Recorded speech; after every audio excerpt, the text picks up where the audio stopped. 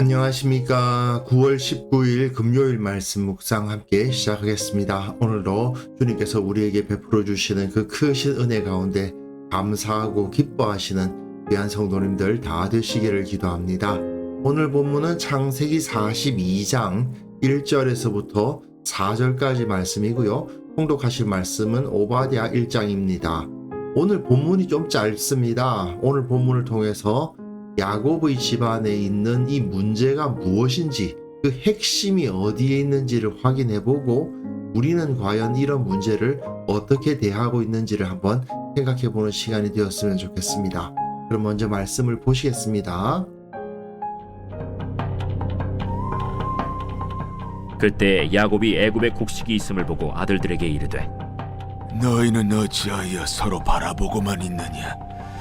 내가 들은즉 저 애굽에 곡식이 있다 하니 너희는 그리로 가서 거기서 우리를 위하여 사오라. 그러면 우리가 살고 죽지 아니하리라. 요셉의 형 10사람이 애굽에서 곡식을 사려고 내려갔으나 야곱이 요셉의 아우 베냐민은 그의 형들과 함께 보내지 아니하였으니 이는 그의 생각에 재난이 그에게 미칠까 두려워함이었더라. 오늘은 굉장히 본문이 짧습니다. 요셉이 어떻게 애굽의 총리가 되었는가에 대한 이야기가 어제 본문까지 이어졌고요. 이제는 본격적으로 요셉과 그 형들과의 관계의 문제가 나타나기 시작합니다. 근데 이 창세기 42장을 읽으실 때는요, 오늘 본문에서는 그 단어가 안 나오는데 하나라는 단어가 계속 반복되거든요. 그러니까 히브리어로는 에핫인데 이 하나, 에핫이라는 단어가 11절, 13절, 16절, 19절, 27절, 32절, 33절 계속 반복이 됩니다. 결국 창세기 42장에서의 주제는 하나됨의 문제예요. 모세가 왜 이 이야기를 하겠어요? 이스라엘 12지파가 하나라는 사실을 강조하고 싶어 하는 거 아니에요. 사실 12개의 지파로 이루어져 있다 보니까 이들이 서로 반목해서 갈라질 위험을 늘 갖고 있는 것이 바로 이스라엘 공동체거든요. 그러니까 이스라엘이 하나여야만 한다는 것을 강조해 줘야만 되겠고, 그러다 보니까 하나라는 단어가 자꾸 반복되면서 이 하나됨을 어떻게 회복할 것인가를 가르치기 시작하는 거죠. 그리고 오늘 이 짧은 본문에서는 이들이 하나 되지 못하고 있다라는 것을 보여주는데 왜 하나 되지 못했는가? 물론 여러 가지 말을 할 수 있겠지만 그 문제의 핵심부에는 야곱이 있었다. 본문을 보시면요. 그때에 야곱이 애굽에 곡식이 있음을 보고 아들들에게 이르되 너희는 어찌하여 서로 바라보고만 있느냐. 자, 야곱이 사는 곳에도 기근이 닥친 거죠. 이전에는 기근이 오면 일부 지역에만 기근이 있는 거니까 기근이 난 지역을 떠나서 그 옆쪽으로 조금씩 옮기면 어려움을 극복할 수 있었을 것 같은데 이번에는 그 전 지역이 다 기근에 휩싸인 겁니다. 이전과 같은 방법으로서는 해결할 수가 없었을 거예요. 그러다 보니까 야곱이 문제 해결을 해야 된다는 마음이 들었는데 아들들에게 하는 말을 보십시오. 상당히 까칠합니다. 너희는 어찌하여 서로 바라보고만 있느냐? 왜 문제 해결을 하려고 하지 않고 서로 얼굴만 멀뚱멀뚱 보고 있느냐고 야단을 치는 거죠. 그러면서 야곱이 또 이르되 내가 들은즉 저 애굽에 곡식이 있다 하니 너희는 그리로 가서 거기서 우리를 위하여 사오라. 그러면 우리가 살고 죽지 아니하리라. 아들들에게 애굽에 가서 곡식을 사오라고 시킵니다. 근데 이때 야곱이 몇 살이냐? 나중에 바로를 만났을 때 내 나그네 길의 세월이 130년이니이다. 그렇게 말하고 있거든요. 130세예요. 물론 이 아들들이 애굽을 오가는 과정 가운데 해가 바뀌었을 수도 있으니까 뭐 129세라고 할 수도 있겠습니다. 그러니까 129세 아니면 130세예요. 이 나이 많은 아버지가 이 아들들을 아직도 이래라 저래라 하고 있는 모습이 나타나고 있는 거죠. 왜 이 130살이나 되는 야곱이 그 집안에서 리더십을 발휘해야만 되는가? 결국 아들들이 자율적으로 이끌어 나가지를 못하고 있으니까 그런 거 아니겠어요? 아무래도 어머니가 서로 다른 아들들이 서로 연합하지 못한 상태에 있었고 요셉을 노예로 파는 악한 행위까지 했으니 그들 마음 가운데 계속 찔리는 것들도 있었을 것이고 게다가 르우벤은 빌하와 통간을 했죠. 시므온과 레위는 세겜에서 사람들 죽이는 나쁜 짓을 했죠. 유다는 자기 며느리와 사이에서 아들 낳는 그야말로 부끄러운 행동을 했죠. 첫째, 둘째, 셋째, 넷째가 리더십을 발휘할 만한 도덕성을 전혀 인정받지 못하고 있는 상황 아닙니까?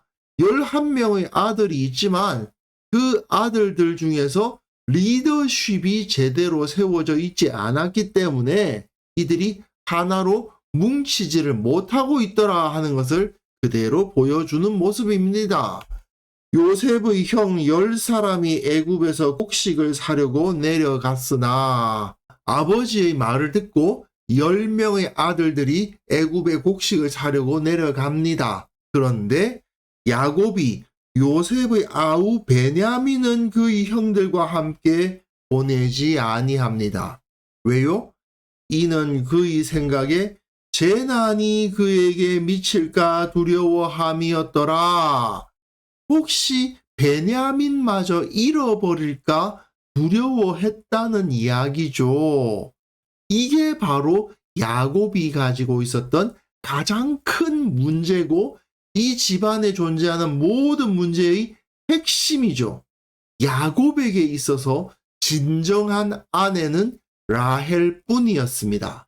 그러다 보니까 진정한 아들은 라헬이 낳은 요셉과 베냐민밖에 없는 거예요. 그런데 그 요셉이 죽은 거 아닙니까? 물론 요셉은 살아있지만 야곱은 요셉이 살아있다는 사실을 모르죠. 베냐민밖에 남지 않은 겁니다. 즉 자기가 너무나도 사랑했던 아내가 낳아준 아들은 베냐민밖에 없어요. 베냐민까지 잃는다면 모든 아들을 다 잃는 거나 다름이 없는 겁니다. 10명의 아들들이 있지만 그 10명의 아들들은 진정한 자기 아들이 아닌 거죠. 이건 명백한 야곱의 잘못입니다. 그 10명의 아들들이 왜 베냐민만 안 가는지 이유를 몰랐을까요? 당연히 알죠. 베냐민이 너무 어려서 못 갔다 그 말도 안 되는 거죠. 자, 요셉이 팔려간 게 22년 전입니다. 그런데 요셉이 17세 때 이미 베냐민은 태어나 있었어요.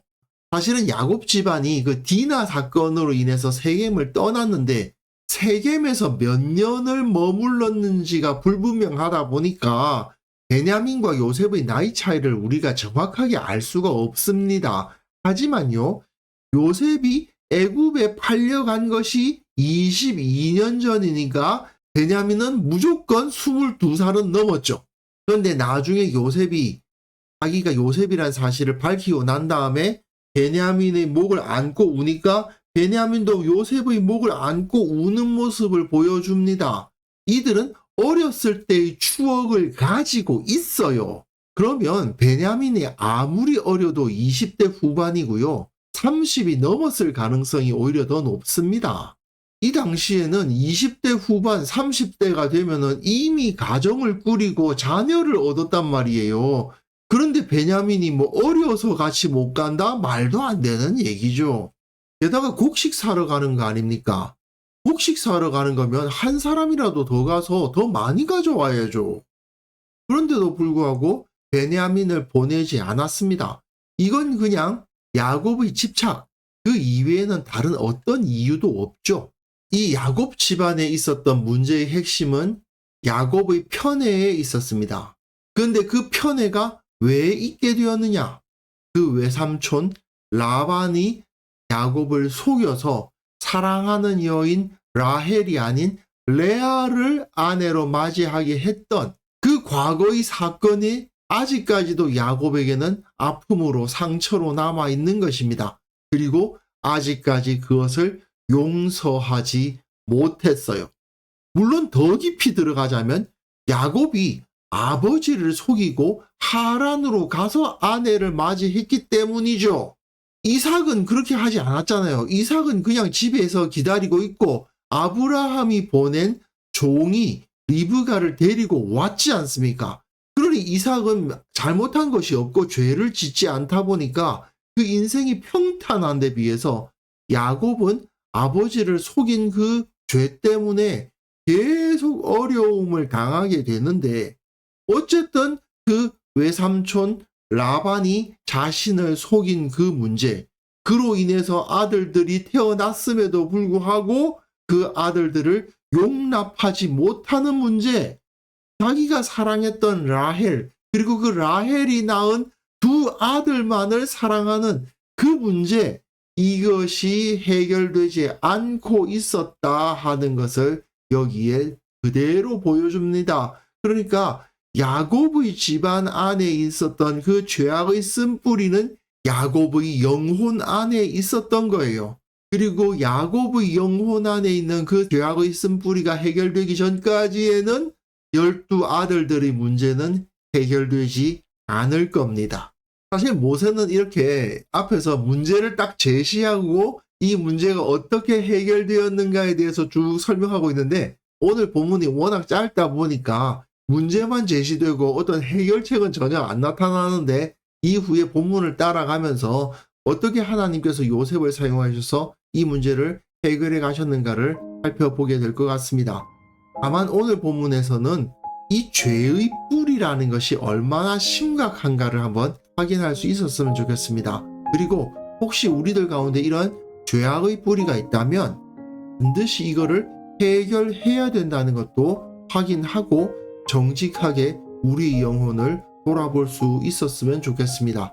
그래서 이 시간 함께 기도하실 때는요, 내 안에 있는 죄와 허물의 문제를 해결하고 회개함으로써 극복할 수 있게 하여 주옵소서.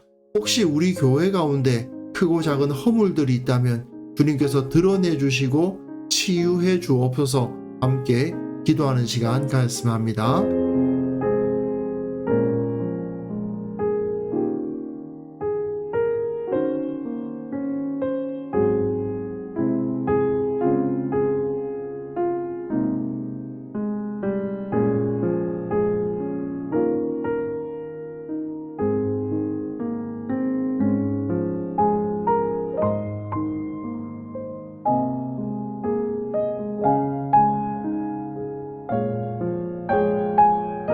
거룩하신 하나님 아버지, 혹시 우리 안에 이 야곱처럼 죄와 허물의 문제가 도사리고 있는 것은 아닌지 돌아보게 하시고, 혹시 그러한 문제가 있다면 즉시 해결하고 회개하고 극복할 수 있도록 도와주옵소서.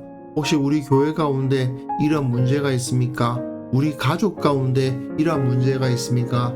주님께서 그 모든 것들을 다 드러내어 주시고 치유하여 주시고 무엇을 어떻게 해결하고 어떤 문제를 회개해야 될지를 밝혀 주옵소서.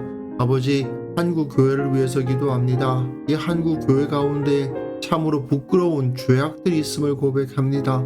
주님, 그 모든 것을 드러내실 때 하나님의 은혜로 그것을 치유하여 주시고 회개하게 하시고 온전히 다 그것을 도려내어서 결국 회복되어 하나님의 나라로서 하나님의 백성으로서 이 역할을 온전히 감당할 수 있는 공동체로서 이 한국 교회를 세워 주옵소서.